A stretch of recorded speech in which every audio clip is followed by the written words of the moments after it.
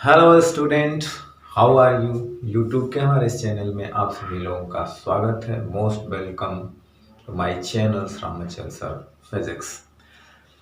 तो स्टूडेंट्स, हम जो है इसके पहले जो है हमारा जो चैनल है वो रामचल सर फिजिक्स के नाम से है, और हमने इसके पहले जो है इस पे यूपी बोर्ड्स के लिए हमने वीडियो डाले थे, और क्लास 12 का फाइनल का जितने भी चैप्टर हैं सबको हिंदी बोर्ड में हमने सबको पढ़ा के कंप्लीट किया है।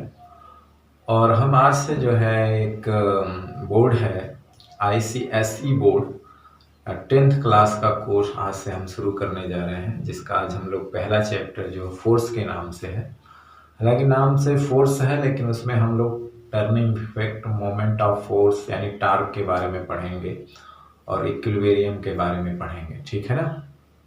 लेकिन चैप्टर का नाम है फोर्स है। तो चलिए आज शुरू करते हैं। आईसीएसई बोर्ड का जो हाई स्कूल का साइंस है, फिजिक्स है, इसमें उसका पहला चैप्टर है फोर्स। क्या है? फोर्स है। चैप्टर का नाम जो है फर्स्ट चैप्टर है,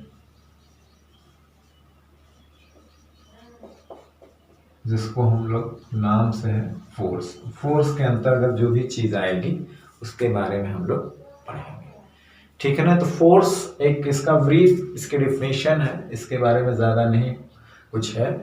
फोर्स चैप्टर का नाम है, लेकिन इसके अंतर्गत हम मोमेंट ऑफ फोर्स यानी इसका इफेक्ट पढ़ेंगे, लेकिन एक टर्निंग वाली बॉडी पर। मतलब अगर कोई बॉडी है जो पिवोटेड है, मतलब पिवोट है, मतलब किसी एक्सिस के थ्रू वो घूमने के लिए फ्री है, ठीक है ना। तो उस पर हम फोर्स लगाते हैं तो वो फोर्स क्या प्रभाव डालता है, उसके प्रभाव को क्या कहते हैं, इसी चीज के बारे में हम लोगों को पढ़ना है, ठीक है ना। तो चलिए पहले शुरू करते हैं कि रिजिड बॉडी क्या होती है। What is rigid body?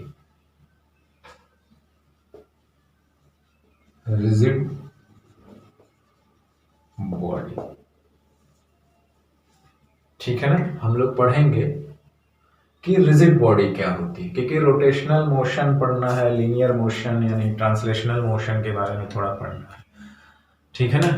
Basically हमको जो है डिटेल में पढ़ना है वो मोमेंट ऑफ फोर्स यानी टार्क, जिसको टर्निंग इफेक्ट ऑफ फोर्स कहते हैं, ठीक है ना।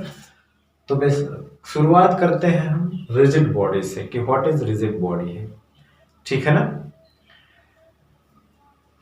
तो रिजिड बॉडी का मतलब होता है कि अगर हम वो बॉडी होती है, रिजिड बॉडी वो बॉडी होती है जिस पे अगर हम कोई एक्सटर्नल फोर्स अप्लाई करें, जिसके ऊपर अगर हम कोई एक्सटर्नल फोर्स अप्लाई करें, तो जिससे बॉडी बनी होती है, जो पार्टिकल से बॉडी बनी होती है, उन पार्टिकल में कोई रिलेटिव मोशन ना हो।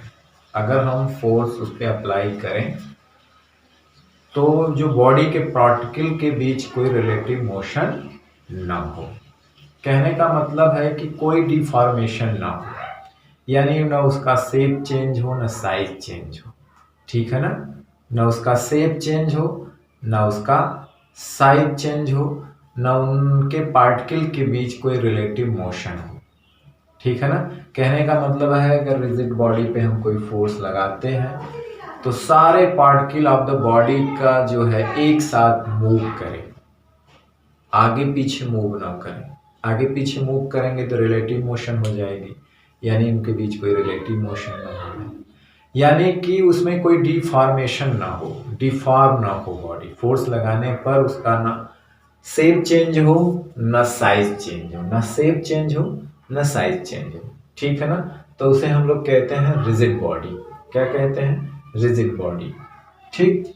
तो उसके हम लोग सिंपल से दो डेफिनेशन लिख लेते हैं, ठीक है।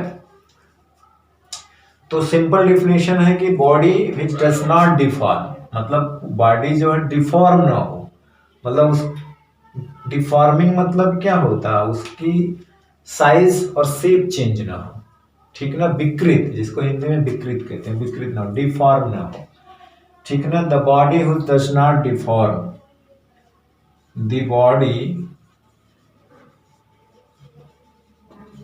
which does not deform किसके वजह से डिफॉर्म ना हो? Under the influence of, under the influence of the force, under the influence of forces, force कह लो या फोर्सेस कह लो, ठीक है ना, is known as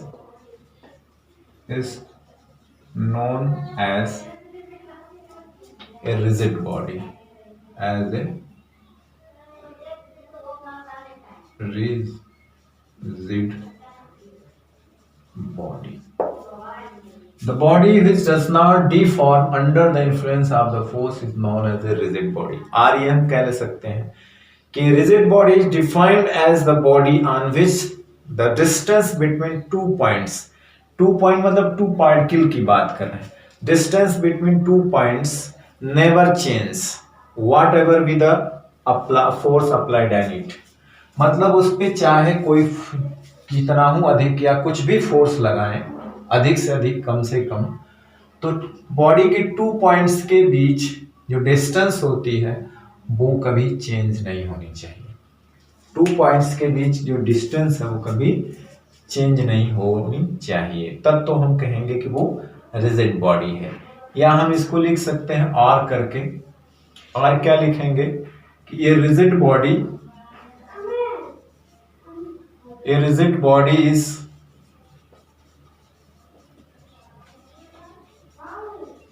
defined as a body, defined as a body on which the distance, on which the distance, जो distance 2 points होती, between 2 points never changes, between 2 points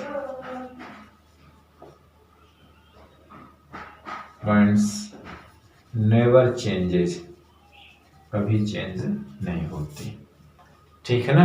what ever be the force applied on it, चाहे कोई भी force उसके ऊपर लगाया गया हो, whatever the force applied on it. कहने का मतलब होता है कि जो पार्टिकल्स होते हैं बॉडी के, उनके बीच फोर्स लगाने के बीच कोई रिलेटिव मोशन ना हो। कहने का मतलब है कि वो अपने स्थान से फोर्स लगाने पर हटे ना। जब हटेंगे नहीं तो 2 पार्टिकल के बीच जो डिस्टेंस होगी वो कभी चेंज नहीं होगी। तो ऐसा कब होगा? जब पार्टिकल अपने स्थान से फोर्स लगाने पर नहीं हटेंगे, तो इसका मतलब बॉडी डिफॉर्म नहीं होगी।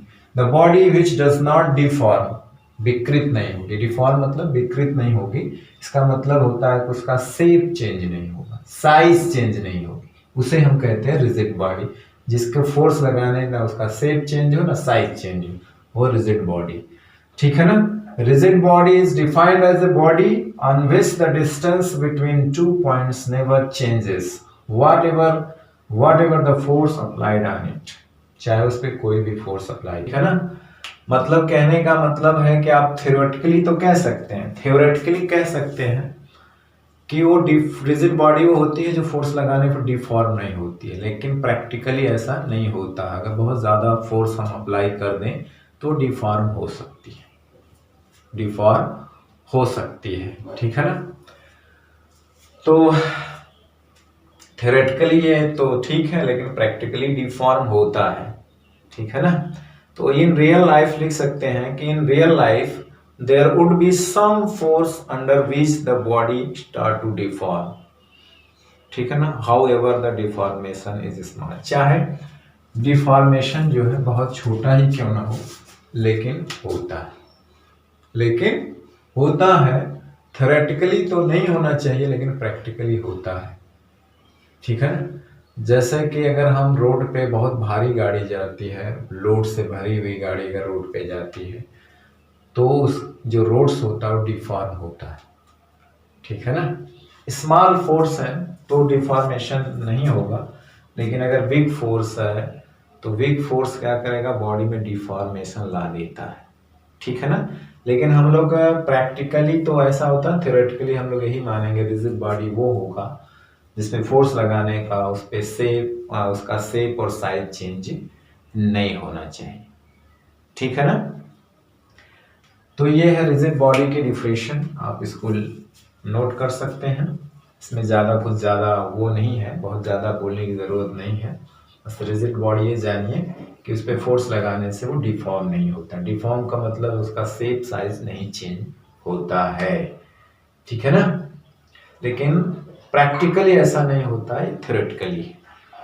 ठीक है ना। चलिए, जब हम कोई रिजिड बॉडी को फोर्स अप्लाई करते हैं, ठीक है ना, ये force when applied on a rigid body, तो जब रिजिड बॉडी पे फोर्स अप्लाई करेंगे तो वो उसमें केवल मोशन होगी और उसके शेप और साइज में कोई चेंजेस नहीं आएगा।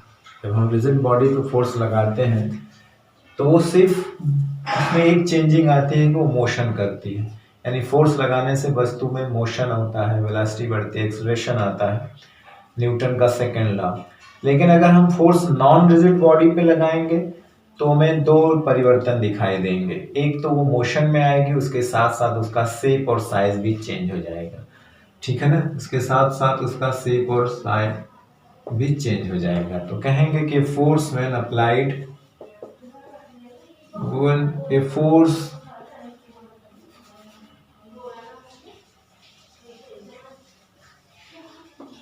when applied on a rigid body, on a rigid body on a rigid body can only cause motion in it,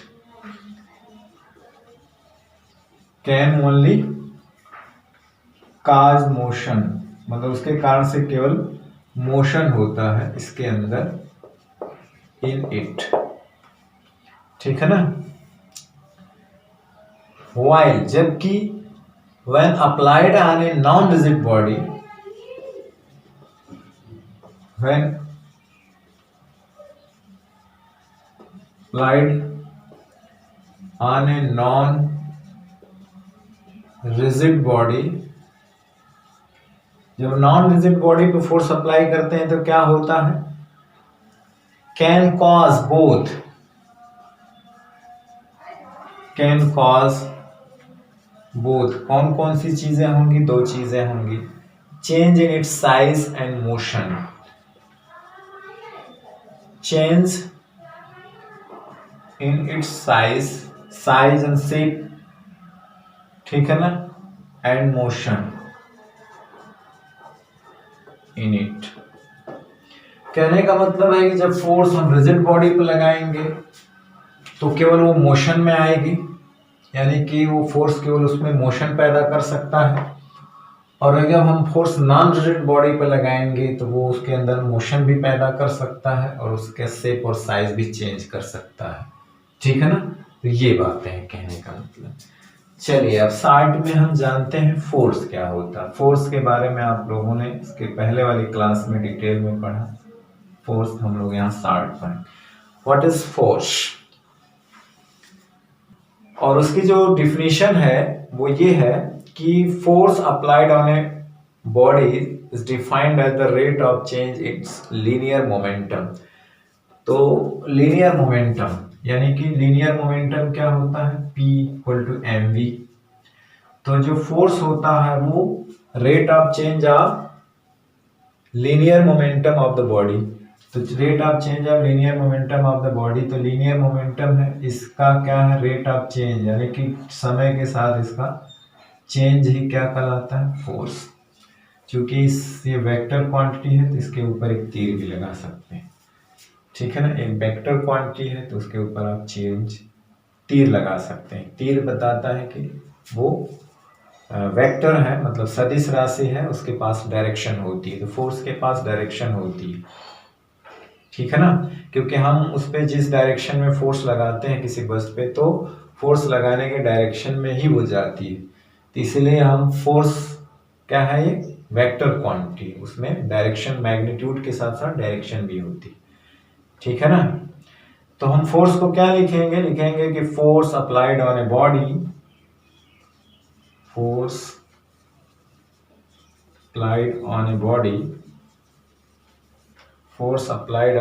is defined as the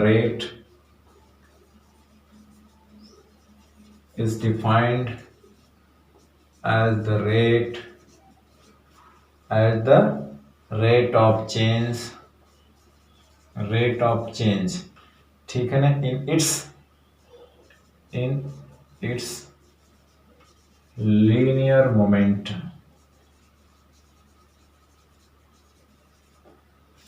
Force applied on a body is defined as the rate of change in its linear momentum. ठीक है ना, such that क्या हो जाएगा, तो force जो होता है वो rate of change of linear momentum होता है। ठीक है, आप इसको ऐसे भी लिख सकते हैं, ठीक, या इसे आप ऐसे भी लिख सकते हैं, या ऐसे आप लिख सकते हैं। लेकिन ये तभी ट्रू है व्हेन वेयर जहां पे m क्या हो, कांस्टेंट। या आप तभी लिख सकते हैं जब m क्या हो, कांस्टेंट। अगर m कांस्टेंट है तभी इसको बाहर लिया गया, तो m जब कांस्टेंट हो तभी ये फार्मूला ट्रू होता है।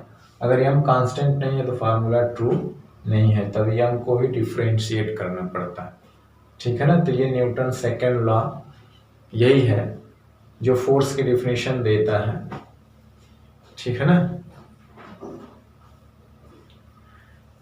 कि जो बल जो होता है वो किसी वस्तु में गति उत्पन्न कर सकता है या गति उत्पन्न करने की कोशिश कर सकता है। ठीक है ना, तो ये फोर्स की डिफिनेशन है इस मोमेंटम के टर्म में। रियल डिफिनेशन यही है कि force applied on a body is defined as the rate of change in its linear momentum. ठीक है ना, this is the formula true when m is constant. जब m जो है द्रव्यमान, जब मास जब कांस्टेंट होगा तभी ये फार्मूला ट्रू होगा। ठीक है ना, अब इसकी यूनिट देख लेते हैं। Unit of force, unit of force क्या होते हैं, तो फोर्स की जो यूनिट होती है वो SI unit, force is the vector quantity क्योंकि इसमें डायरेक्शन होती है, तो SI यूनिट ऑफ फोर्स क्या होती है, इस न्यूटन, जिसको हम शॉर्ट में लिखें तो कैपिटल N से लिखेंगे, क्या होंगे, न्यूटन। ठीक है ना, और इसे हम लोग और भी नाम से जानते हैं जिसको हम लोग कहते हैं किलोग्राम फोर्स, शॉर्ट में kgf। जब इसको हम भार के रूप में, वेट के रूप में देखते हैं, ग्रेविटेशनल फॉर्म में देखते हैं, तो इसका होता है किलोग्राम फोर्स। किलोग्राम फोर्स जो होता है 1 kg फोर्स जो होता है वो g न्यूटन्स होता है। वह g क्या है, एक्सेलरेशन है, एक्सेलरेशन ऑफ द अर्थ। ठीक है ना, the acceleration due to gravity आप कह सकते हैं कि वेयर जी क्या है,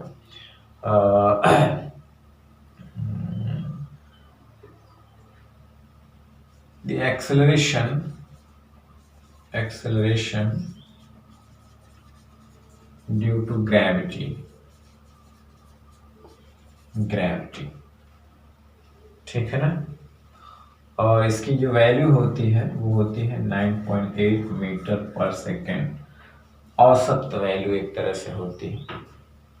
ठीक है ना,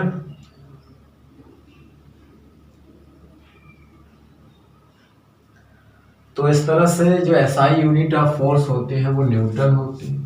अगर पूरा नाम लिखेंगे तो स्मॉल लेटर से शुरू करेंगे, अगर कोई मतलब वैज्ञानिक के नाम पर कोई यूनिट होती है तो वो स्मॉल लेटर से शुरू होती है, लेकिन शॉर्ट में लिखेंगे तो कैपिटल में लिखेंगे। बाकी के साथ ऐसा नहीं होता है।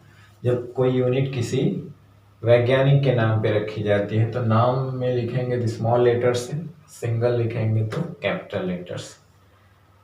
ठीक है ना। और इसकी जो CGS unit of the force होती है वो डाइन होती है। सीजीएस यूनिट ऑफ फोर्स क्या होती है? इस डाइन। ठीक है ना, डाइन होता है। और इसमें रिलेशन होता है कि 1 Newton equal to 10⁵ dine.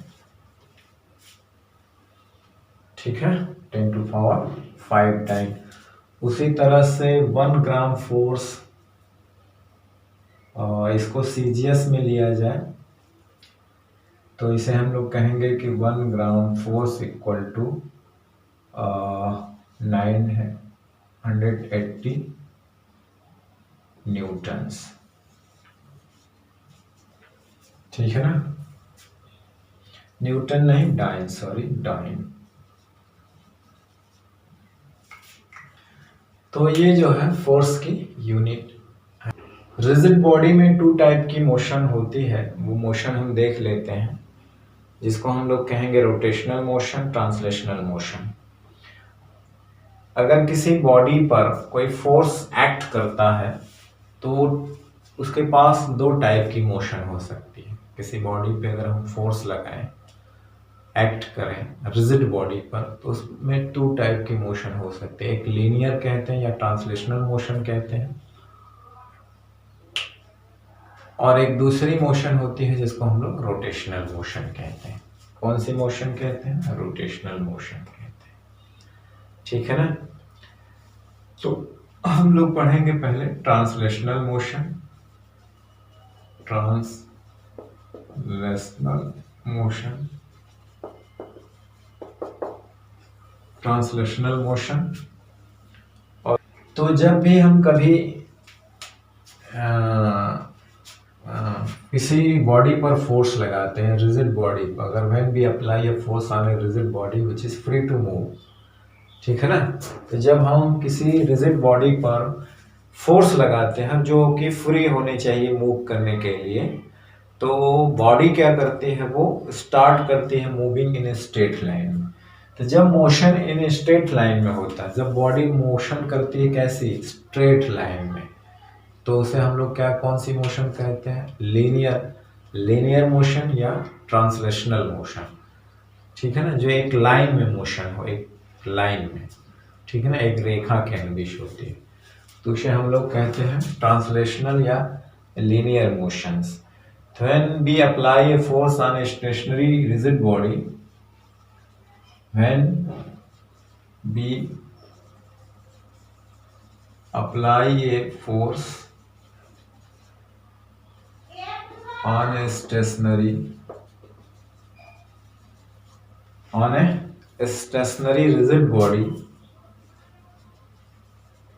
rigid body which is free to move, यानी कि जो मूव करने के लिए फ्री हो, the body start moving in a straight line, the body starts moving in a straight line,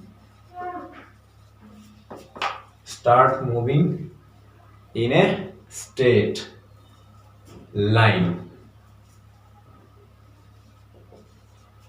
in the direction of force, यानी कि force के ही डायरेक्शन में मूव करती है। स्ट्रेट लाइन या स्ट्रेट पाथ भी कह सकते हैं। इन the direction of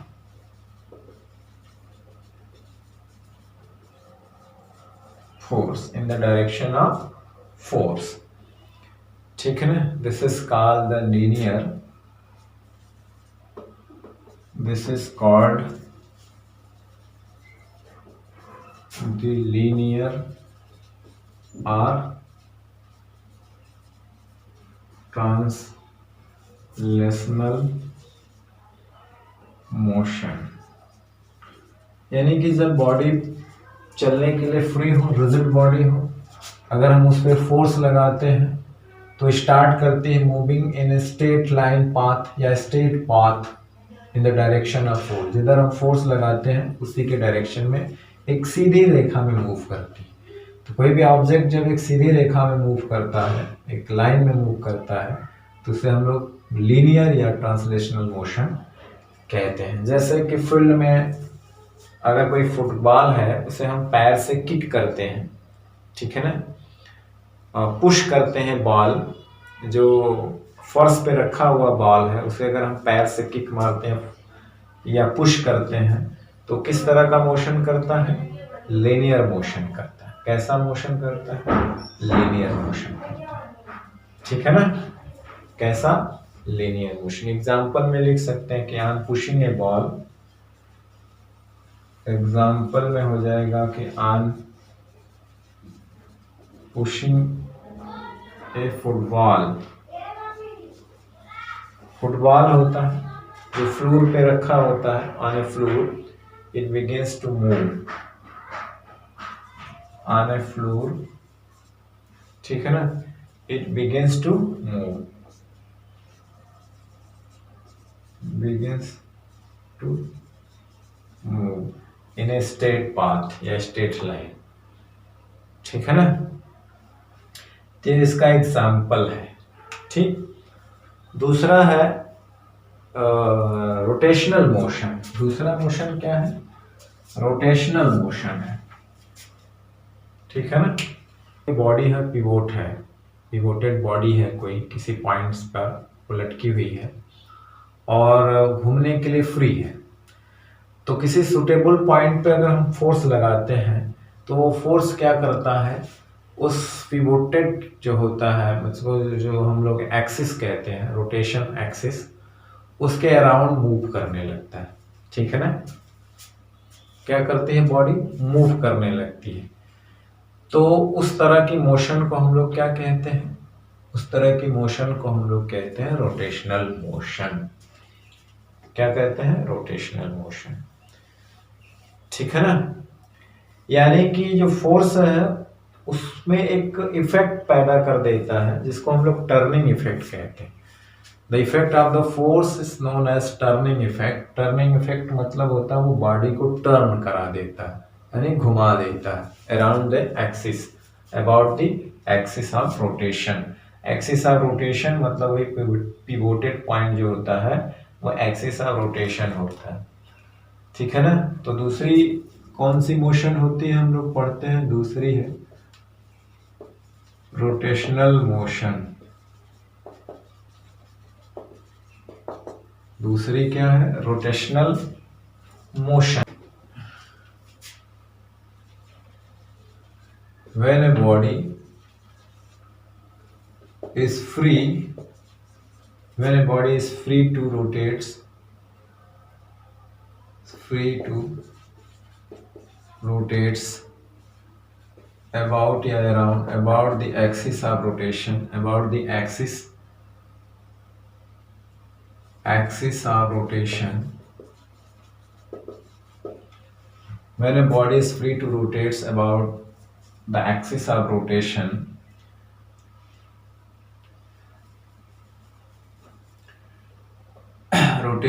we apply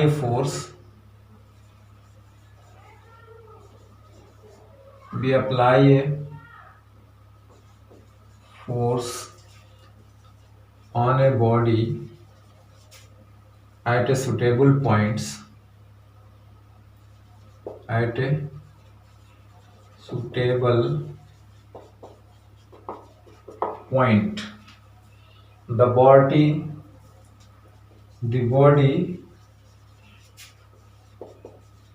starts moving around the axis of rotation या about the axis of rotation, about the axis of rotation,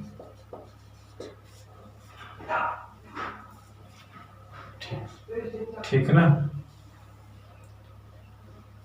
This motion of the body,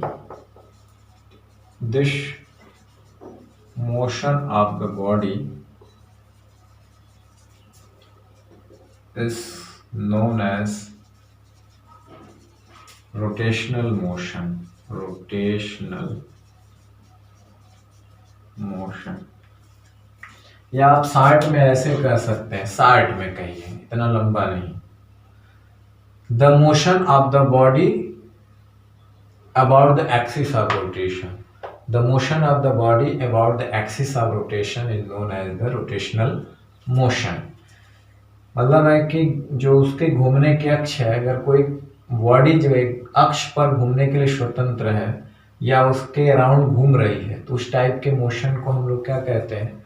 rotational motion, है ना। जैसे पंखे की मोशन होती है, जैसे कि दरवाजे की मोशन, दरवाजा खोलने और बंद करते हैं तो उसका जो हिंज होता है वो क्या होता है? कब्जा जिसको कहते हैं, उसके अराउंड वो क्या करता है? रोटेशनल मोशन करता है, ठीक है ना। जो टॉय होता है, लट्टू का मोशन जो होता है एक्सिस पर, वो जो घूमता है वो क्या कहलाता है? रोटेशनल मोशन होता है। तो when a body is free to move या rotates about the axis of rotation, we apply a force on a body at a suitable point. The body start moving about the axis of rotation. This motion of the body is known as rotational motion. या side में आप ये कह सकते हैं, the motion of the body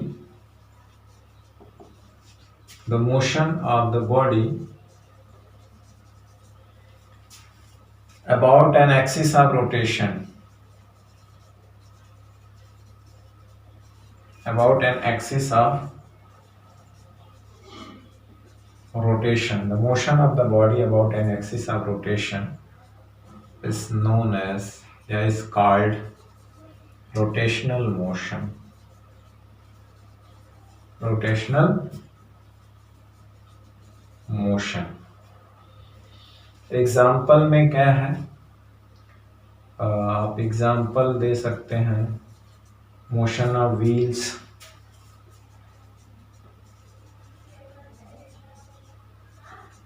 motion of wheels,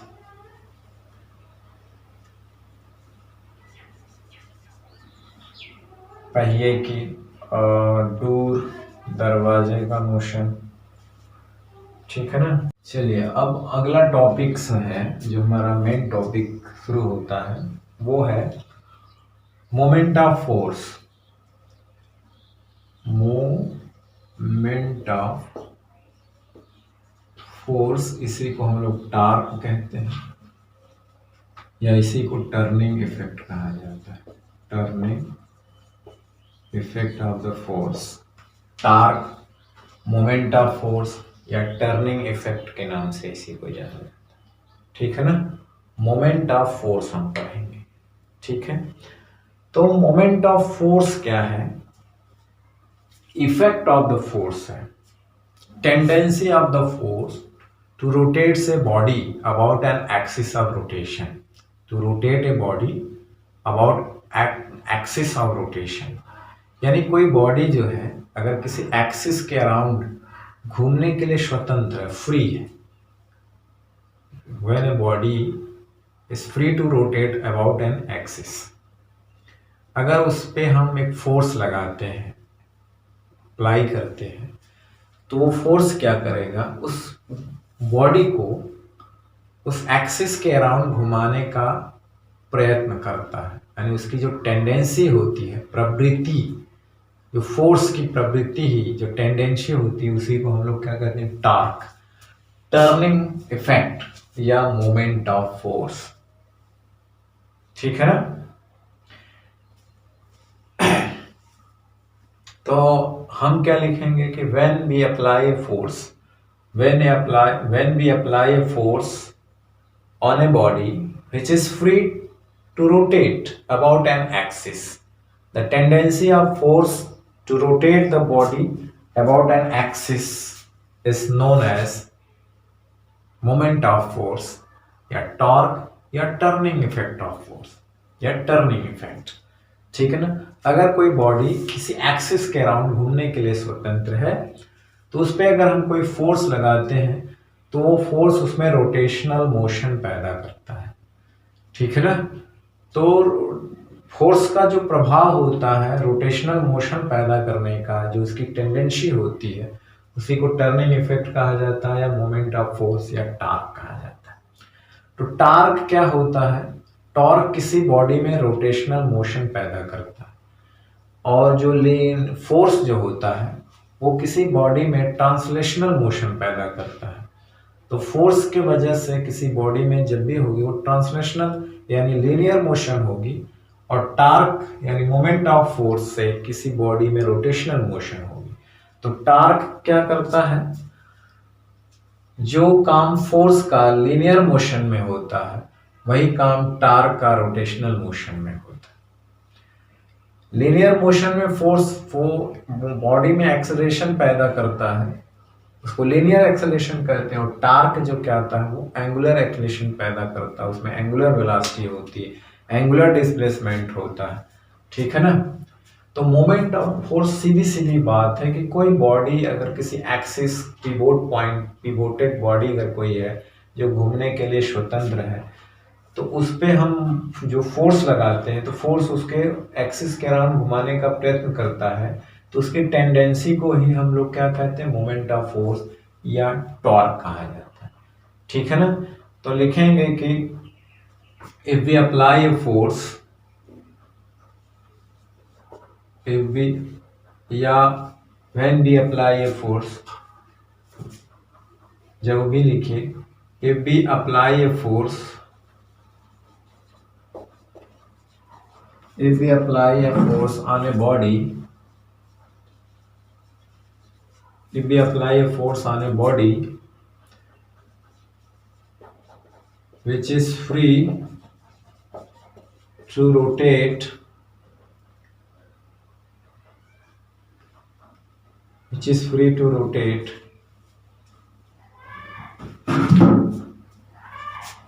which is free to rotate about an axis, about an axis which is free to घूमने के लिए स्वतंत्र होती है। ठीक है? about an which is free to rotates about an axis, the tendency of the force, the tendency of the force, the tendency of the force to rotate the body, to rotate the body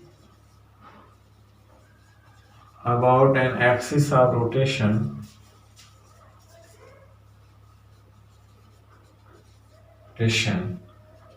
is known as, is called moment of force, moment of force or torque, or torque। यहाँ लिखेंगे it is denoted by a letter called tau।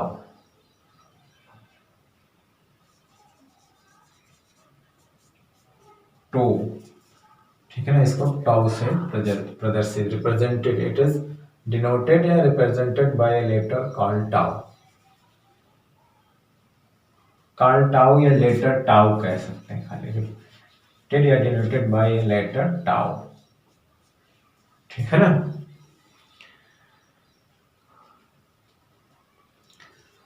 अब इसका जो magnitude कैसे निकाला जाता है, तो ये दो चीज पे निर्भर करता है। जो टार्क होता है, हालांकि वो तीन चीज पे निर्भर करेगा, हम बाद में बात करेंगे। टार्क कि हम कितना फोर्स उस पर अप्लाई करते हैं, दूसरी चीज कहाँ अप्लाई करते हैं, कितनी दूर पर एक्सिस ऑफ रोटेशन से, और किस एंगल पर अप्लाई करते हैं। ठीक है ना? फोर्स पे, डिस्टेंस पे और एंगल पे, तीन चीज पर डिपेंड करता है। हालांकि एंगल वाली चीज थोड़ा एडवांस है, लेकिन हल्का फुल्का हम उसके बारे में जानकारी करेंगे। ठीक है ना? तो तीन चीज पे निर्भर करता है, यानी कि मेन चीज से इस पे और इस पे। ठीक है? तो ये दोनों एक से रिलेटेड होते हैं, हम उस आर्क दोनों के बदले हम उस चीज को डी कहेंगे। और डी क्या होती है? वो परपेंडिकुलर डिस्टेंस होती है from the axis of rotation. ठीक है ना? कहाँ पे? जहां पे फोर्स एक्ट करता है, ठीक है ना, line of action of the force, ठीक है। तो इसका जो मैग्नीट्यूड होता है, हम इसको मेजरमेंट कैसे करते हैं, फोर्स को मेजर कैसे करते हैं, ठीक है ना। इस डेफिनेशन है, इसको पॉज करके नोट करिएगा, ठीक। चलिए, तो इसको हम लोग मेजर कैसे करते हैं, तो इसका मेजरिंग फॉर्मूला है जो कि बहरहाल यहाँ पे दो ही चीज पे निर्भर करता है। तो हम कहेंगे कि द मोमेंट ऑफ फोर्स और टार्क इज इक्वल होता है प्रोडक्ट ऑफ द फोर्स। यहाँ पे लिखेंगे इसका मेजरमेंट कैसे करेंगे, तो द मोमेंट ऑफ फोर्स और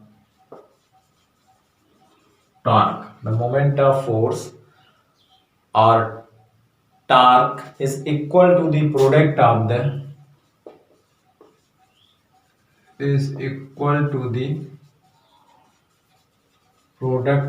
the magnitude of the force,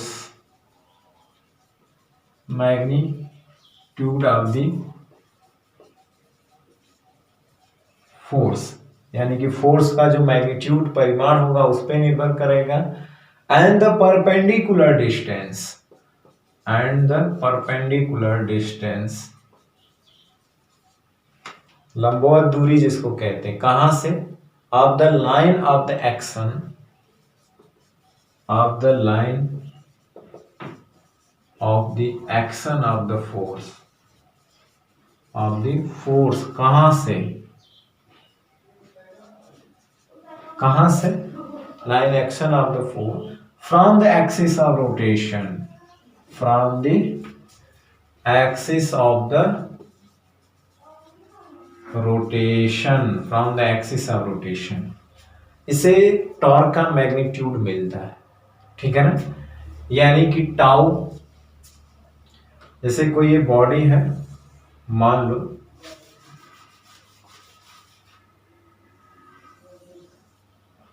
और यहां पे पिवोटेड है, यानी कि यहां से एक्सिस ऑफ रोटेशन की पास हो रही, एक्सिस ऑफ रोटेशन, ठीक है ना।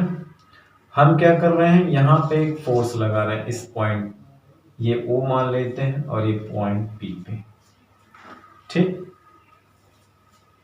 यहां पे हम क्या कर रहे हैं, फोर्स लगा रहे हैं इस डायरेक्शन में,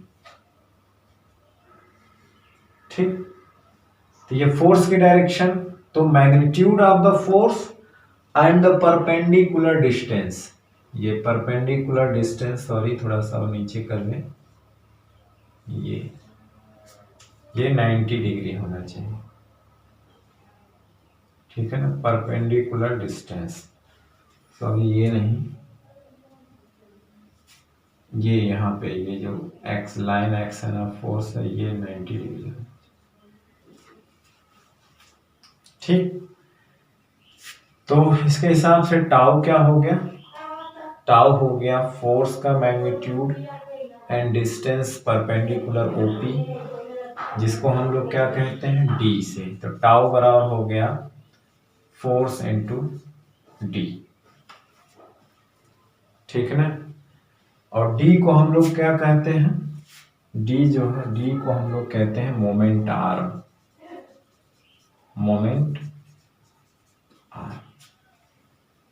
ठीक है ना। तो इसका मतलब क्या हुआ कि टाउ बराबर क्या हुआ, फोर्स गुणे perpendicular distance of the force, perpendicular distance of the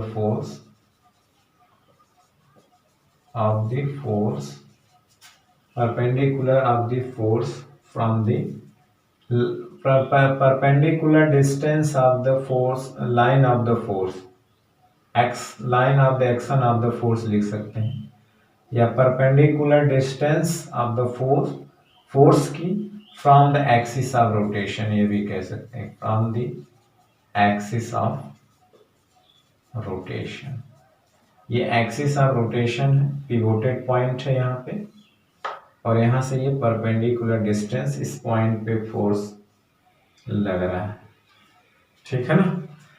तो इससे इस फोर्स इस टॉर्क का क्या मिलता है, मैग्नीट्यूड मिलता है। तो दो चीज पे डिपेंड करता है, फोर्स पे, परपेंडिकुलर डिस्टेंस पे, फोर्स पे और परपेंडिकुलर डिस्टेंस पे।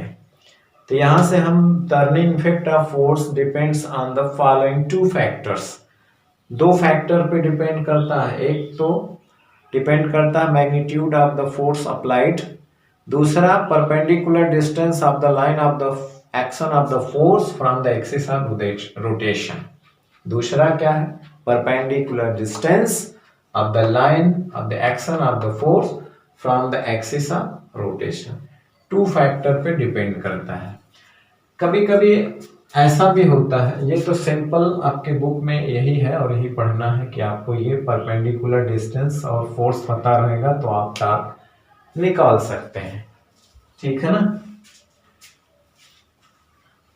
तो torque, it is clear from the formula, it is clear from the formula, it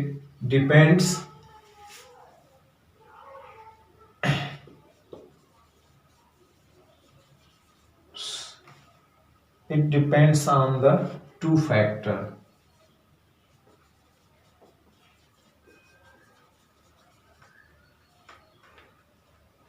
तो वही टाउ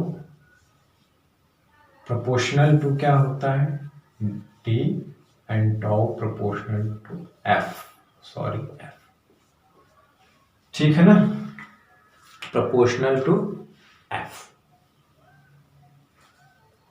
ठीक। तो एक चीज ये भी है कि अभी हम इसके एग्जाम्पल के बारे में बात करेंगे तो हम लोग देखेंगे कि ज्यादातर इफेक्ट इसका होता है, ज्यादातर इफेक्ट क्या होता है, डी का, ठीक है ना। डी का इफेक्ट ऐसे होता है कि हम डी की वैल्यू को बढ़ा करके कम फोर्स के, डी की वैल्यू मैक्सिमम करके कम फोर्स से ही हम ज्यादा टर्निंग इफेक्ट उत्पन्न कर सकते हैं, ठीक है ना। हम मोमेंट ऑफ फोर्स यानी टार्क की वैल्यू को बढ़ा सकते हैं अगर डी की वैल्यू। तो इन दोनों फार्मूले में टाउ ज्यादातर डिपेंड करता है किसना, डी। तो डी की वैल्यू बढ़ा करके हम कम फोर्स से ही ज्यादा टर्न उत्पन्न कर सकते हैं, ठीक है ना। हम ज्यादा टर्न क्या कर सकते हैं, उत्पन्न कर सकते हैं।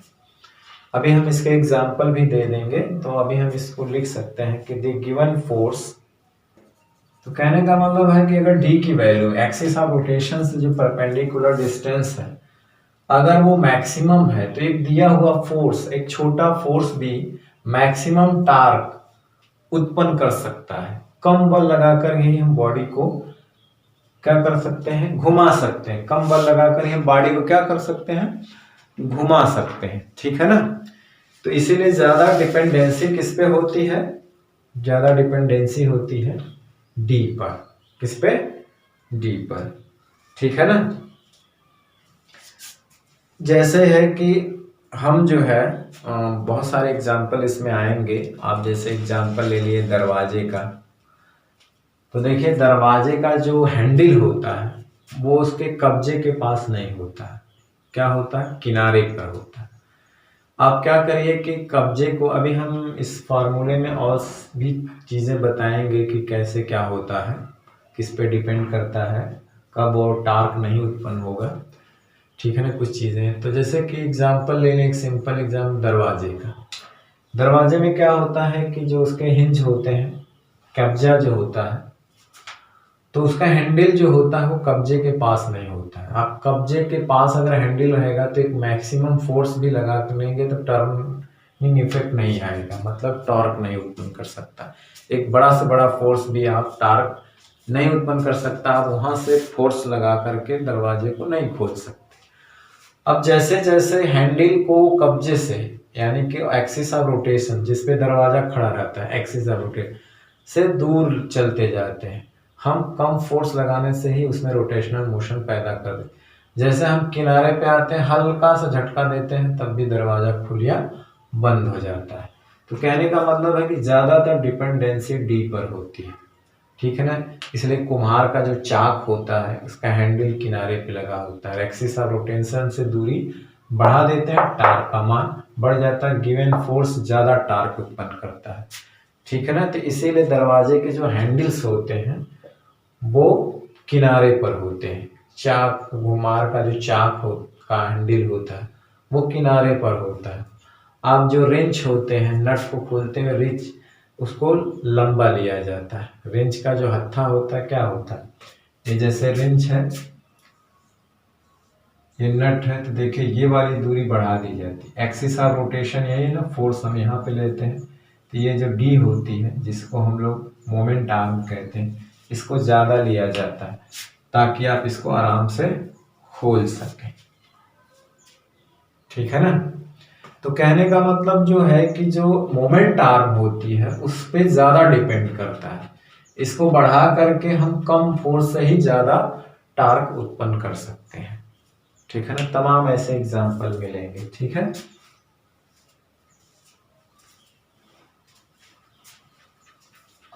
वही चीज लिखा हुआ है कि the given force provide maximum torque to turn the body when perpendicular distance of the line of the action of the force from the axis of rotation is maximum. यानी डी का मान मैक्सिमम है, तो एक छोटा force ही maximum torque उत्पन्न कर सकता है, एक मैक्सिमम टार्क उत्पन्न कर सकता है। ठीक है। चलिए, तो हमने क्या देखा इस फार्मूले में, हमने देखा कि टाउ बराबर एफ गुणे डी है, ये परपेंडिकुलर डिस्टेंस है। तो यहाँ पे क्या है कि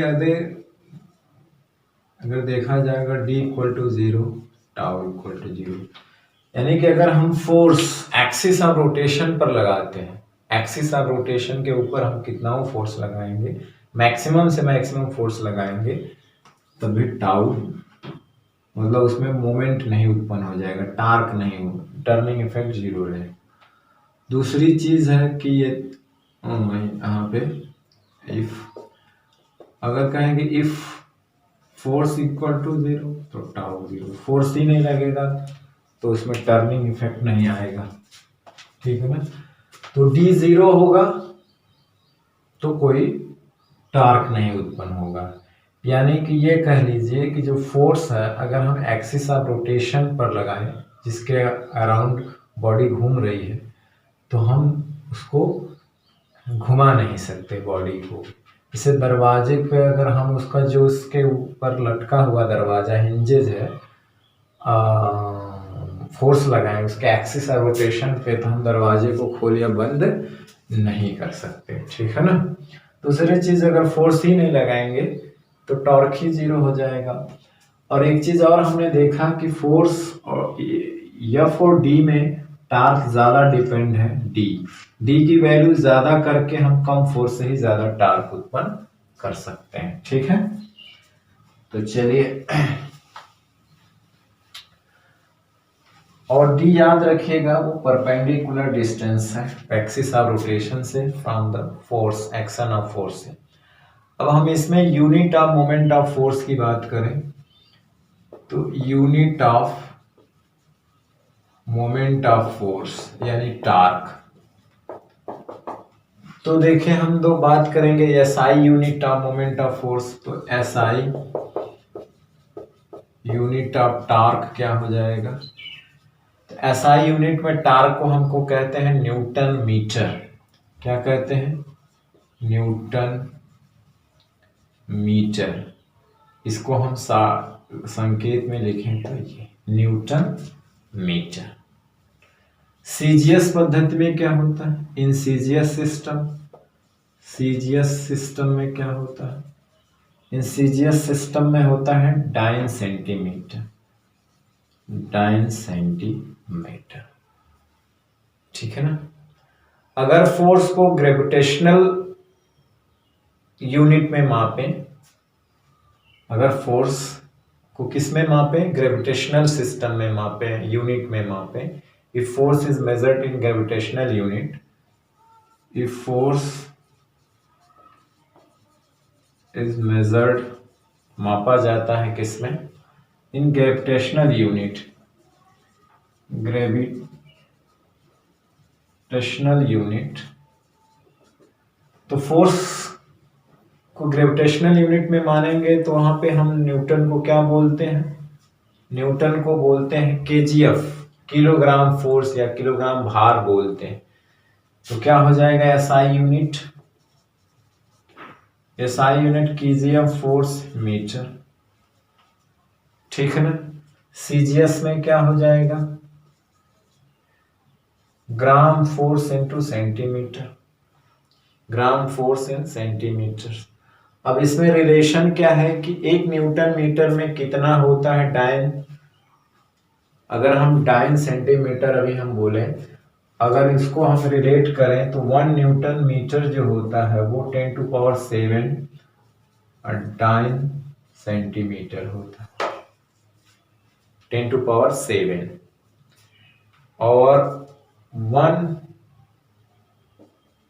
केजीएफ मीटर की बात करें तो 9.8 न्यूटन मीटर, और 1 जीएफ सेंटीमीटर की बात करें तो 980 डाइन सेंटीमीटर, डाइन सेंटीमीटर। तो ये उनकी यूनिट्स हैं, आपको याद रखनी है, ठीक है। अब देखिए क्लार्क, अब दो तरह का मोमेंट ऑफ फोर्स होता है, दो तरह का मोमेंट ऑफ फोर्स होता है। दो तरह का मोमेंट ऑफ फोर्स का मतलब होता है, एक को हम कहते हैं anti clockwise moment of force और क्लॉकवाइज मोमेंट ऑफ फोर्स, ठीक है ना। तो उसको भी लिख लेते हैं, anti clockwise moment of force और एक होता है clockwise moment of force. Conventionally क्या होता है? कन्वेंशनली हम कहते हैं कि अगर effect on the body is to turn it anti clockwise, अगर बॉडी को कोई फोर्स किधर टर्न करता है, अगर इफेक्ट जो होता है यानी कि अगर फोर्स बॉडी को एंटी क्लॉकवाइज डायरेक्शन में घुमाता है तो moment of force is called anti clockwise moment, है ना। मोमेंट ऑफ फोर्स क्या कहलाता है? एंटी क्लॉकवाइज मोमेंट, ठीक है ना। और अगर फोर्स बॉडी को क्लॉकवाइज डायरेक्शन में घुमाता है तो मोमेंट जो कहलाता है फोर्स का वो कहलाता है क्लॉकवाइज मोमेंट, ठीक है ना। और जिसको हम लोग नेगेटिव लेते हैं। तो जो मोमेंट एंटी क्लॉकवाइज मोमेंट होता है उसे हम लोग पॉजिटिव मानते हैं कन्वेंशनली, और जो क्लॉकवाइज मोमेंट होता है उसे हम लोग नेगेटिव मोमेंट मानते हैं, मोमेंट ऑफ फोर्स, जिसको हम लोग धनात्मक बल आघूर्ण या ऋणात्मक बल आघूर्ण कहते हैं। तो क्या कहेंगे? कन्वेंशनली ऐसा लिया जाता है कि if the effect on the body is to turn, if the effect of the body is to turn, is to turn किस डायरेक्शन में? In anti clockwise, turn it anti clockwise, ठीक है ना। Moment of force is called, the moment of force is called, the moment of force is called anti clockwise moment, anti clockwise moment, ठीक है ना। और ये positive लगाया जाता है, it is taken positive, it is taken conventionally क्या होता है? Positive, it is taken positive. While if the effect on the body, while if the effect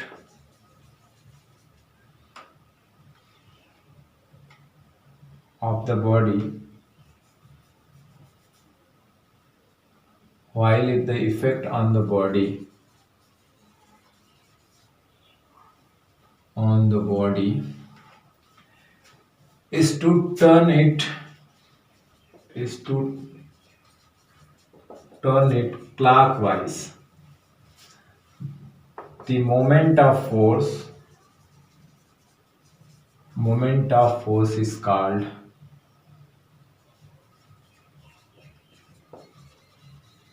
called clockwise moment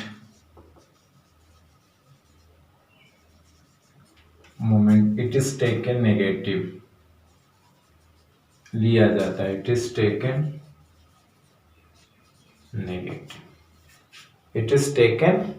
negative.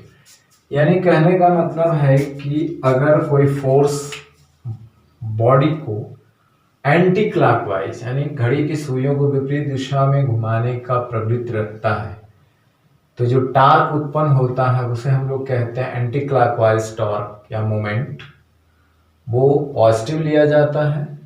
अगर उसे क्लॉकवाइज डायरेक्शन में घुमाने की प्रवृत्ति रखता है, टेंडेंसी रखता है, तो उसे क्लॉकवाइज मोमेंट कहते हैं और उसे नेगेटिव लिया जाता है। ठीक है ना। तो एक टॉर्क पॉजिटिव होता है कन्वेंशनली कब, जब बॉडी एंटी क्लॉकवाइज घूमती है, यानी कि जो टॉर्क बॉडी को किधर घुमाता है, एंटी क्लॉकवाइज, जिसे हम पॉजिटिव लेते हैं। अगर effect on the body force का हो टू टर्न क्लॉकवाइज डायरेक्शन में, तो moment of the force is called clockwise moment, it is taken negative. ठीक है ना। तो इसे नेगेटिव लिया जाता है। ठीक है। कहने का मतलब होता है कि मान लीजिए यहाँ पे एक्सिस ऑफ रोटेशन है और फोर्स जो है इसको किधर घुमा रहा है, एंटी क्लॉकवाइज। इसकी प्रवृत्ति कैसी, इधर है। ठीक है ना। ये डी है, तो टाउ एफ गुणे डी ये होगा पॉजिटिव। दूसरी चीज है एक्सिस ऑफ रोटेशन में ये है, फोर्स इस डायरेक्शन में लग रहा है, इसे क्लॉक वाइज डायरेक्शन में घुमा रहा है, तो टाउ जो होता है एफ इंटू डी, इसे कहते हैं नेगेटिव। तो उसे नेगेटिव साइन के साथ लिया जाता है और उसे पॉजिटिव साइन के साथ लिया जाता है, और इसे कहते हैं मोमेंट आर। हमने पहले ही बता दिया था, मोमेंट आर। ठीक। और torque is a vector quantity, जैसे फोर्स है वो भी वेक्टर क्वांटिटी है, torque is a vector quantity. ठीक। तो टॉर्क क्या है, torque is a vector quantity. ठीक है ना। अभी वेक्टर के बारे में दोनों खास ज्यादा पता नहीं होगा, वो एडवांस क्लास में पढ़ेंगे 11th में, लेकिन मोमेंट जान लीजिए कि moment of force is a vector quantity. लिखेंगे कि moment of force is a vector quantity. Moment of force is a vector quantity. Direction क्या होती है, जो एंटी क्लॉकवाइज मोमेंट की डायरेक्शन होती है वो along the axis of rotation होती है, लेकिन आउटवर्ड। द डायरेक्शन ऑफ, जो वेक्टर क्वांटिटी मतलब उसमें मैग्नीट्यूड के साथ डायरेक्शन होता है, ऐसा आपने पढ़ा। The direction of anti clockwise moment along the axis of rotation, axis of rotation के along होते हैं आउटवर्ड, किधर होती है, बाहर की ओर, किधर, बाहर की ओर। ठीक है ना। यानी कि जो एक्सिस ऑफ रोटेशन होता है, जैसे ये एक्सिस ऑफ रोटेशन और घूमने की प्रवृत्ति, फोर्स ऐसे लगा है, घूमने की प्रवृत्ति थी, ये एक्सिस ऑफ रोटेशन है, तो टाउ की डायरेक्शन इसी डायरेक्शन में होगी, कोई जरूरी नहीं, लेकिन इसी के पैरेलल होगी। ठीक है ना। इसी के पैरेलल होगी टाउ, आउटवर्ड डायरेक्शन माने ऊपर की। ठीक है। आउटवर्ड्स है ना, बाहर की ओर, ऊपर की ओर। वाइल मतलब जबकि क्या होता है,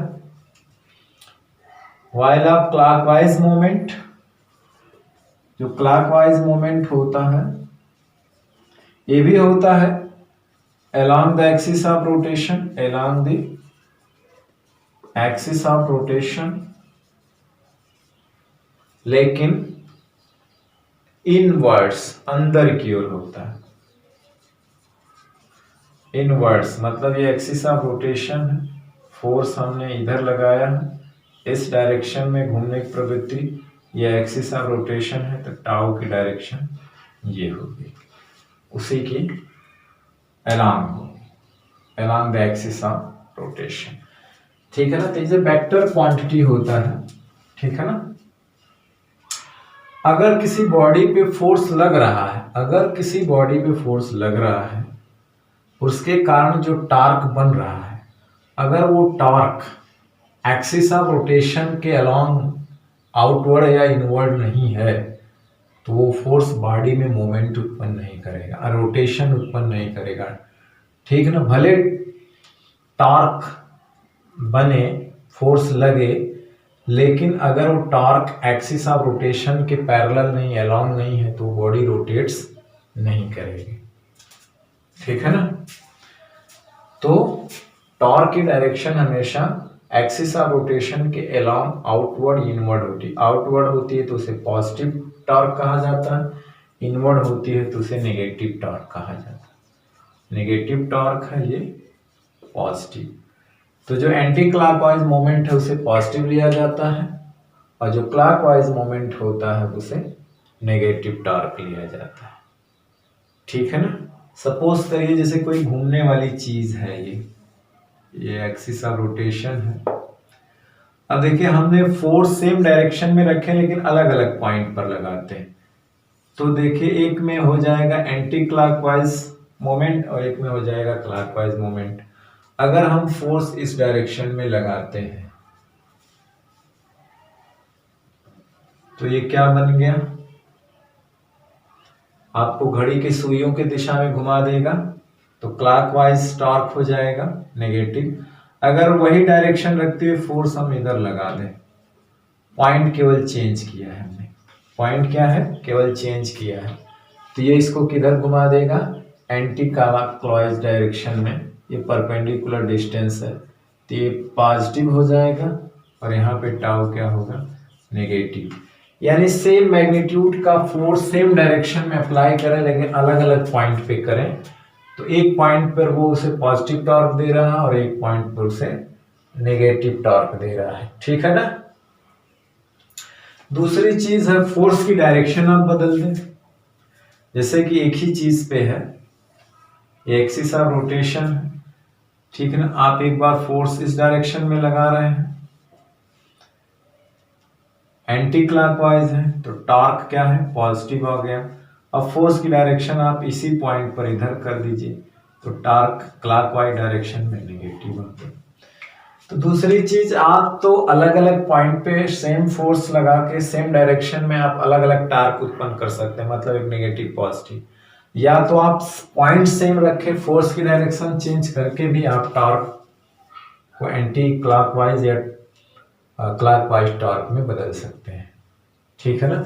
यहाँ पे हमने क्या किया, पॉइंट अलग अलग लिया, और यहाँ पे हमने क्या किया कि फोर्स की डायरेक्शन से चेंज कर दी, फोर्स की क्या कर दी, डायरेक्शन चेंज कर दी। ठीक है। ये जो कपल होते हैं, पेयर ऑफ फोर्स जिसको कहते हैं, उसमें दो फोर्स होते हैं और दोनों फोर्स एक ही बॉडी पर लगते हैं, लेकिन अलग अलग पॉइंट पर लगते हैं। जब दो फोर्स सेम मैग्नीट्यूड के opposite in direction different points पे लगते हैं, तो दोनों मिल करके एक पेयर ऑफ फोर्स यानी एक कपल बना लेते हैं, एक वलयूम बना लेते हैं, जिसको हम हिंदी में कहते हैं। और ये फोर्स जो कपल बना लेते हैं, ये क्या करते हैं, एक एक्सिस ऑफ रोटेशन के थ्रू बॉडी को घुमाने का प्रयत्न करते हैं, घुमाने का प्रयत्न करते हैं। लेकिन जो फोर्स ऑफ कपल होता है, जो पेयर ऑफ फोर्स होता है, जो कपल बनाते हैं, वो बॉडी को सिर्फ रोटेशन मोशन देता है, रोटेशनल मोशन देते हैं। ठीक है ना। इसमें नेट फोर्स चूंकि जीरो होता है। अब जैसे कोई बॉडी है, ठीक है, और एक फोर्स हमने सेम मैग्नीट्यूड का इधर लगा दिया और एक फोर्स हमने इधर लगा दिया सेम मैग्नीट्यूड, तो नेट फोर्स क्या हो गया, नेट फोर्स तो जीरो हो गया। इसका मतलब है कि ये लीनियर मोशन नहीं करेगा, लेकिन ये दोनों मिलकर के कपल्स बनाते हैं, अलग अलग डिफरेंट पॉइंट पे हैं, तो ये इसके थ्रू एक्सिस, मान लीजिए रोटेशन है, घूमने के लिए अगर वो स्वतंत्र है, तो ये इसके क्या करेंगे, घुमा देंगे और एक ही डायरेक्शन में घुमाएंगे, ठीक है ना। जैसे गाड़ी की स्टेयरिंग होती है, ठीक है, गाड़ी की स्टेयरिंग होती है, तो इसे कहते हैं कपल। और इसमें कपल की ये मान लीजिए ये आर्म जो है टोटल क्या हो, डी हो, ठीक है। मान लीजिए ये पॉइंट ए पर और ये पॉइंट बी है, ये पॉइंट ओ है, ठीक है ना। जिसको हम लोग ये डी को हम लोग क्या कहते हैं, कपल आर्म कहते हैं, कपल आर्म, ठीक है ना। तो पेयर ऑफ फोर्स जो होता है, जो रोटेशन होता है बॉडी में, जो रोटेशन होता है वो always produced by a pair of force, जिसको कपल कहते हैं, है ना। मोमेंट ऑफ कपल हेडिंग हो सकती है, मोमेंट ऑफ कपल,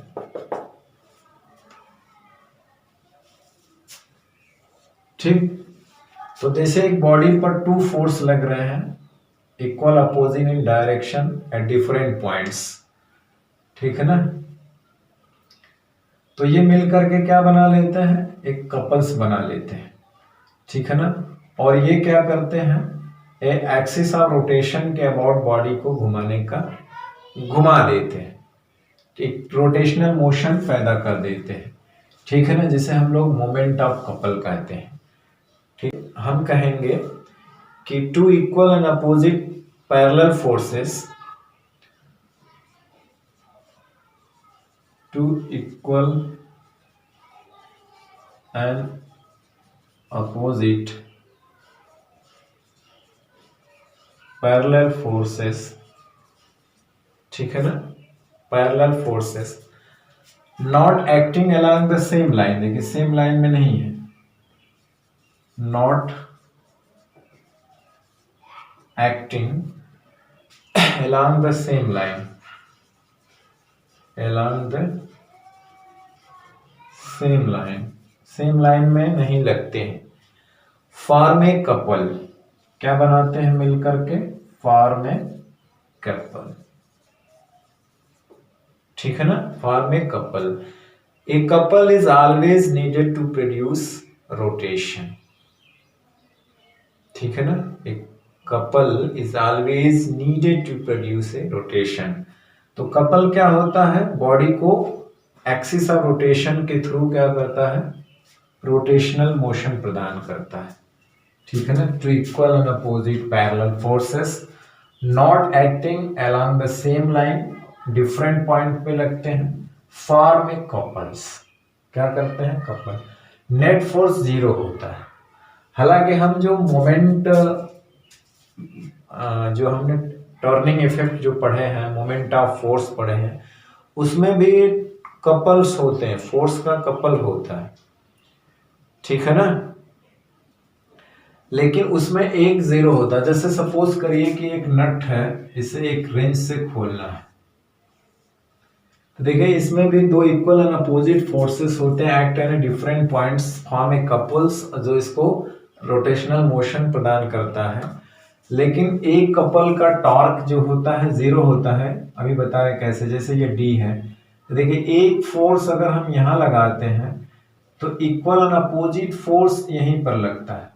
जैसे हम इसको ऐसे ऊपर ले गए तो ये इस पे जो होता है दबाव डालता है, यानी हमने इसको ऊपर ले गए तो इस तरह से उसको हमने, तो ये घूमने की कोशिश किया तो ये इस पे दबाव डालता है, इस पे नीचे की ओर, इक्वल एंड अपोजिट फोर्स, ठीक है ना। तो always present two equal and opposite forces, है ना, तभी बॉडी घूम सकती है, नहीं तो बॉडी घूम नहीं सकती। लेकिन होता क्या है कि ये वाला फोर्स एक्सिस ऑफ रोटेशन से पास होकर जाता है, इसीलिए इसका टॉर्क क्या होता है, जीरो होता है। और ये फोर्स एक्सिस ऑफ रोटेशन नहीं जाता बल्कि परपेंडिकुलर डिस्टेंस से जाता है, तो इसका टॉर्क होता है F गुणे डी। कपल भी होते हैं लेकिन फर्क है कि इसका टॉर्क जीरो होता है, इसका टॉर्क सिर्फ यहाँ अकेले होता है, ठीक है ना। तो टॉर्क जो होता है प्रेजेंट रहता है और इसी से ये घूम जाती है, ठीक है ना। लेकिन यहाँ पे क्या होता है, इसमें नेट फोर्स जीरो नहीं हो पाता, फोर्स जीरो होता है नेट, सॉरी, क्योंकि दो इक्वल फोर्स है तो, लेकिन एक टॉर्क इस पे रहता है, ये इसको घुमा देता है, लेकिन दूसरा फोर्स टार्क पैदा नहीं करता, इसलिए डबल टार्क नहीं होता, एक टार्क होता है। ठीक है ना। अब इसमें क्या होता है इसमें दोनों के वजह से टार्क होता है, इसके वजह से भी टार्क होगा, इसकी वजह से, और दोनों सेम डायरेक्शन में घुमाएंगे एंटी क्लॉकवाइज, इसलिए दोनों पॉजिटिव होंगे तो ऐड हो जाएंगे, दोनों क्या होंगे, पॉजिटिव होंगे तो ऐड। ये इधर घुमाएगा एंटी क्लॉकवाइज है, इसकी भी प्रवृत्ति इधर ही घूमने की है। ठीक है ना। तो moment of force F at the end A अगर हम लें, यहां पे the moment of force, the moment of force कहां पे, at the end A, force F at the end A की बात करें तो क्या हो जाएगा, अगर हम टॉर्क देखें यहाँ पे, जिसको हम टाउ 1 कहते हैं, तो देखिए फोर्स है, परपेंडिकुलर डिस्टेंस क्या है, ए ओ है। और फिर देखेंगे यहाँ पे कि moment of force F at end B,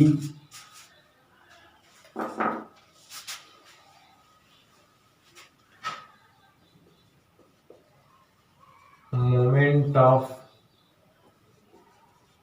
force F at end B, इसको टाउ 2 कह लीजिए, क्या है, F गुणे ओ बी। तो टोटल टार्क क्या होगा, बॉडी पर दो टार्क लग रहे हैं, सेम डायरेक्शन में है तो जुड़ जाएंगे। अगर एक इसमें क्लॉकवाइज टॉर्क दोनों है, क्लॉकवाइज मोमेंट है ना, अगर इसमें एक एंटी क्लॉकवाइज होता है, सॉरी ये दोनों किस में है, क्लॉकवाइज में, अरे सॉरी एंटी क्लॉकवाइज, ठीक है ना, एंटी क्लॉकवाइज। अगर उसी में एक क्लॉकवाइज होता है, एक एंटी क्लॉकवाइज मोमेंट होता है तो रिजल्टेंट 0 होता है। तो चूंकि दोनों क्या करेंगे, ऐड हो जाएंगे। ठीक है, तो दोनों सेम डायरेक्शन में है तो इसलिए ऐड हो जाएंगे, टाउ बराबर टाउ 1 टाउ 2, तो ये क्या हो जाएगा, F गुणे ओ ए प्लस F गुणे ओ बी, F कॉमन ले लीजिए, ओ ए प्लस ओ बी, जिसको हम लोग, तो क्या हो जाएगा, टाउ बराबर F गुणे डी। तो यहां पर भी वही फार्मूला होता है, लेकिन डी दोनों पॉइंट के बीच की दूरी है, जिसको हम लोग कपल आर्म कहते हैं। क्या कहते हैं, कपल आर्म। इसने हमने जोड़ा क्यों, क्योंकि दोनों टार्क सेम डायरेक्शन में थे, एंटी क्लॉकवाइज डायरेक्शन में थे, है ना, तो इसलिए दोनों पॉजिटिव है, दोनों जुड़े। अगर एक क्लॉकवाइज होता, एक एंटी क्लॉकवाइज होता और सेम मैग्नीट्यूड का होता तो बॉडी को घुमा नहीं पाते, क्योंकि नेट टॉर्क 0 हो जाता, नेट टॉर्क क्या हो जाता, 0 हो जाता। ठीक है ना। तो इस तरह से कपल का फार्मूला यही हुआ। ठीक, तो मोमेंट ऑफ कपल, जिसको हम लोग नेट टार्क कहते हैं, ये मोमेंट ऑफ कपल हो गया एक तरह से। नेट टार्क का क्या मतलब हुआ कि मोमेंट ऑफ कपल। ठीक है, तो मोमेंट ऑफ कपल बराबर हुआ क्या, और इस पे नेट फोर्स 0 होता है, इसलिए इसमें कोई ट्रांसलेशनल या लीनियर मोशन नहीं होगा, क्योंकि दोनों सेम मैग्नीट्यूड के फोर्स है, इन अपोजिट डायरेक्शन में है, तो नेट फोर्स क्या हो जाएगा, 0 हो जाएगा। तो मोमेंट ऑफ कपल क्या हुआ, एक तरह से ये क्या है, मोमेंट ऑफ कपल बोलेंगे इसको, मोमेंट ऑफ कपल। ठीक है ना। तो मोमेंट ऑफ कपल क्या हुआ, वॉल्यूम का आघूर्ण, जिसको हम हिंदी में कहते हैं। ये होता है कि either one force, either force कहें या वन फोर्स इसको कहते हैं, दोनों में से कोई एक फोर्स, वन फोर्स गुणे perpendicular distance between two forces. Perpendicular distance, देखिए ये फोर्स के बीच की दूरी, परपेंडिकुलर डिस्टेंस है ना, perpendicular distance between the two forces, between the two forces, between the two forces. ठीक है, तो अभी हमने टॉर्क का फार्मूला देखा, और ये मोमेंट ऑफ कपल है, वॉल्यूम का आघूर्ण जिसको कहते हैं। उसका फार्मूला देखा, मोमेंट ऑफ कपल होता है आइदर फोर्स, उन दोनों में से कोई एक फोर्स गुणे perpendicular distance between two forces, जिसको हम कपल आर्म कहते हैं। ठीक है ना। और हमने अभी मोमेंट ऑफ फोर्स देखा, उसकी एसआई यूनिट सीजीएस पद्धति में, एसआई पद्धति में उसकी यूनिट क्या है सिस्टम में। ठीक है। और कपल के बारे में निगेटिव टार्क क्या होता है, पॉजिटिव टार्क क्या होता है। ठीक है। सारी चीज़ों के बारे में हमने टार्क के एग्जाम्पल भी देखे। टार्क डी पे ज़्यादा डिपेंड करता है, एफ पे उतना नहीं। डी की वैल्यू मैक्सिमम करके हम कम फोर्स लगा करके ही ज़्यादा टॉर्क पैदा कर सकते हैं। डी ज़ीरो तो टॉर्क ज़ीरो, एफ ज़ीरो तो टार्क ज़ीरो। यानी हम एक्सिस ऑफ रोटेशन पे फोर्स लगा करके बॉडी को टॉर्क नहीं दे सकते, मतलब घुमा नहीं सकते। ठीक है ना। दो फोर्स अगर किसी बॉडी पर जो किसी एक्सिस के थ्रू घूमने के लिए स्वतंत्र है, अगर इक्वल एंड अपोजिट फोर्स लगाते हैं तो वो बॉडी को रोटेट कर देते हैं एक ही डायरेक्शन में। जैसे आप स्टेयरिंग देखते हैं ना गाड़ी की, एक हम इधर फोर्स लगाते हैं और एक इधर लगाते हैं तो वो घूम जाती है एक ही डायरेक्शन में। तो वहाँ पे दो टार्क लगते हैं एक ही डायरेक्शन में, तो इसलिए हमने इसका टोटल टार्क देखा, जिसको हम मोमेंट ऑफ कपल कहते हैं। One force the distance between two forces, perpendicular distance between two forces, तो मोमेंट ऑफ कपल हो गया, जिसको हम लोग कपल आर्म भी कहते हैं। ठीक है। इसका तमाम बहुत सारे एग्जांपल्स हैं। ठीक है ना। जैसे आप स्टेयरिंग का एग्जांपल ले लिए, चाबी, ताले से चाबी हम खोजते हैं तो एक फोर्स नीचे एक फोर्स ऊपर लगाते हैं। टोटी नल की खोलते हैं तो देखिए हाथ हमारा ऐसे घूमता है, मतलब एक आगे की तो एक पीछे की फोर्स। ठीक है ना। किसी बॉटल का ढक्कन खोलते हैं तब भी वहाँ मोमेंट ऑफ कपल यूज होता है। ठीक है। स्टीयरिंग में मोमेंट ऑफ कपल होता है। और आप जैसे कोई हाथ से नट खोलते हैं तो भी यहाँ पे यूज होता है, तो मोमेंट ऑफ कपल होता है। वहाँ पे दो equal and opposite force and different point लगते हैं। ठीक है ना।